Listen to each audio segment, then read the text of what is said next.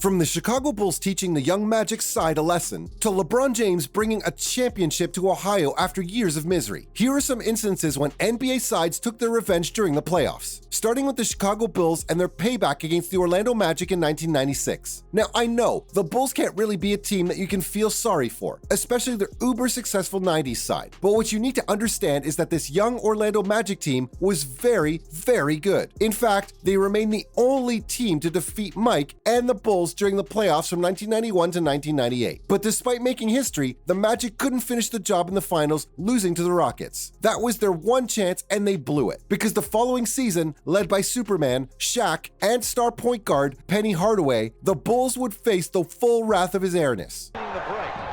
Anthony Hardaway. Scott's the trailer for 3. He'd returned with a dominant season under his belt, along with Scottie Pippen and Dennis Rodman. And the two sides met in the Eastern Conference Finals, only for the Bulls to wipe the floor with the Magic, defeating them in 4 to move on to the finals, where they made light work of the Seattle Supersonics. But given the number of teams the MJ-led Bulls destroyed throughout the 90s, it was only a matter of time before one of them got their revenge, which is exactly what happened in 1994 when the Knicks finally got their dub. Now, the Knicks weren't a bad team back then by any stretch of the imagination. They had Patrick Ewing, the future Hall of Famer. There's not that many great centers. And I'd be Michael Jordan in this era.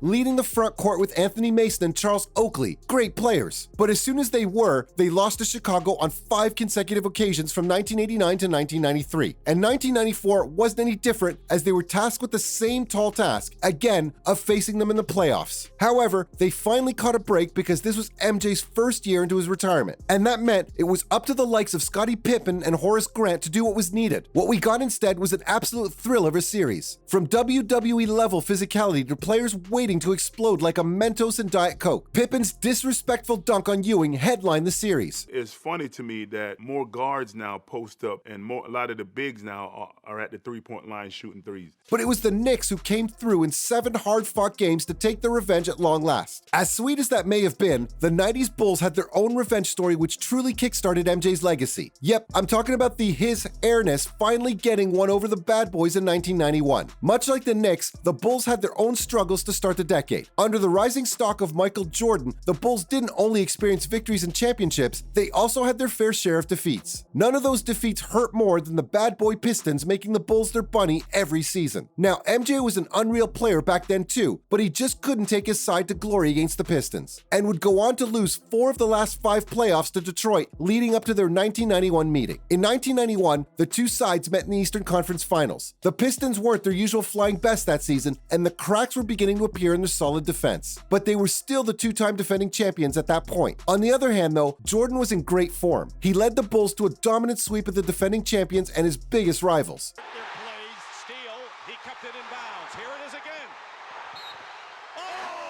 And that gave us one of the worst moments of sportsmanship in the NBA. The Pistons, after losing the series, walked off the court, not even looking at the players, let alone shaking their hands. There's no passing of the torch, but there wasn't any need for one either. It was the perfect end to their self-proclaimed villainous era. That said, not every rivalry lacks respect, and perhaps the greatest rivalry in NBA history remains great because of this very reason. I'm talking about the Magic-Bird rivalry, which was the cornerstone of the NBA's golden age. The greatest era of basketball, bar none. New franchise markets, influx of television ratings and deals, great depth in both conferences, increased league branding, the NBA had it all. And most of it was because of the contrasting legends that led the 2 most successful franchises in NBA history. Larry Bird with his Boston Celtics, and the Lakers under the tutelage of Magic Johnson. But even before they took over their NBA sides, their rivalry had already long begun. When Magic defeated Bird in the NCAA College Basketball Championship in 1979, the following year, Bird watched Magic celebrate again in 1980 as the Lakers won the NBA. Larry would take the Celtics to a title in 1981. But the 1984 finals were the first time the two players faced one another at the biggest stage, the NBA Finals. Only for Magic to choke, big time too. He was given a new moniker, Tragic. Funny for sure, but it'd last all of 365 days at best, because the two sides met again in the finals the following year. And not only did Magic and the Lakers avenge their defeat, but they also managed to defeat the Celtics for the first time in the Finals and became the only visiting team up until that point to win a championship in the Boston Gardens. But there really is something about Laker legends and having a point to prove against the Celtics in the NBA Finals, because that's exactly what Kobe did in 2010. Now, few players have ever been loved more than the Black Mamba throughout history. We need to make noise.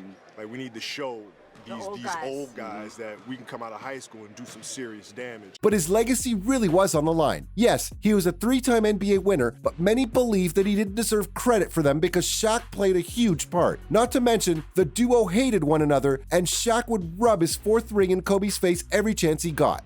It's really, it's hard, man. It's hard to be in that environment. You know, we're literally like at the bottom. So when Kobe finally took the Lakers to the finals in 2008, there were lots of storylines waiting to come true. You learn a lot. I mean, I've seen so many different sides of that spectrum. You know, those who are the best in the world. Kobe had the chance to become a fully knighted Lakers GOAT if he defeats the Celtics in the finals. Yeah. Absolutely. I'm hurting. I'm hurting. You know, at halftime, I just laid down. But the Los Angeles side was beaten in 6 games by the Kevin Garnett and Paul Pierce-led Celtics. I think it's a great time to be able to address some of those issues and some of those challenges. The following year, Kobe would finally lead the Lakers to a championship and equal Shaq's record too. However, there was still something missing. He knew the revenge wouldn't be complete until they beat the Celtics in the finals. You know, I grew up a diehard Laker fan.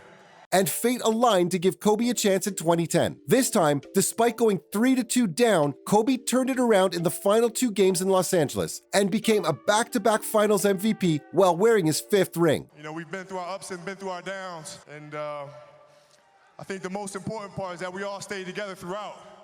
Have some of that, Shaq, but it pales in comparison to LeBron's historic return to Northeast Ohio. LeBron returned to Ohio after becoming an NBA champion in Miami, with the promise of bringing a title back to the Cleveland Cavaliers. Now, Cleveland as a city hasn't been a championship city since 1964, when the Browns won the last of their 3 NFL championships. And that kind of pain every year was just too much for the fans to bear.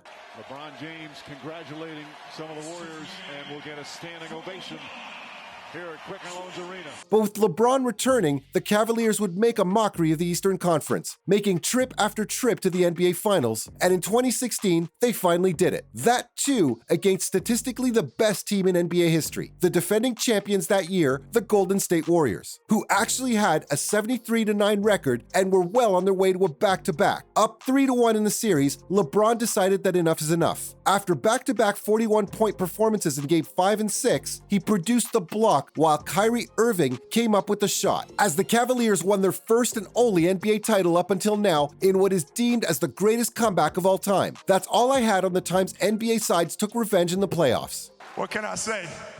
Mamba out.